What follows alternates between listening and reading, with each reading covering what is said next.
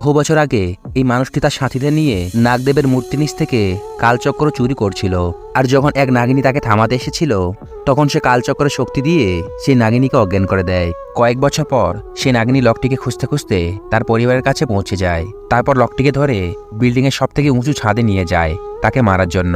ঠিক তখনই নিজের ছেলেকে বাঁচাতে সে লোকটি সেখানে এসে হাজির হয়, যে কিনা ওই কালচক্র চুরি করেছিল।